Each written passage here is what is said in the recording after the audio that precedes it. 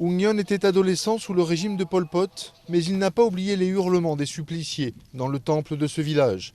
Quelques 30 000 personnes ont été exécutées ici, un des plus grands camps de la mort du pays.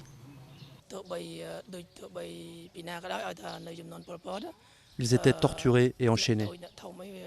Et avant que les gardes ne les emmènent pour les exécuter, ils affamaient les prisonniers pour les affaiblir et s'assurer qu'ils ne pourraient pas résister.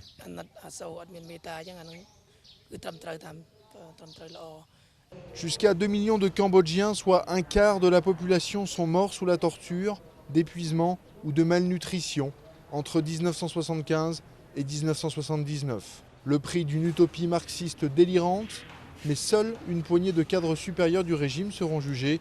Les autres n'ont jamais été inquiétés. Chumat a perdu 3 frères, 2 oncles et une tante dans les massacres, et personne ne répondra de leur mort. Pire, elle doit tous les jours croiser d'anciens gardiens de la prison où ils ont été torturés. Il n'y a rien à faire. Nous n'avons pas le droit de nous venger. Au fond de nous, on ressent toujours de la haine.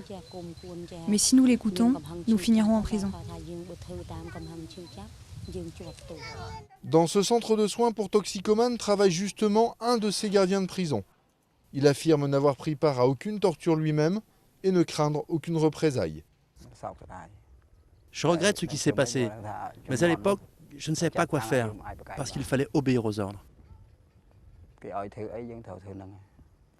Mais l'explication est jugée un peu courte par beaucoup de victimes. Une étude réalisée en 2008 affirme ainsi que 40% des Cambodgiens se vengeraient des Khmers rouges, s'ils le pouvaient.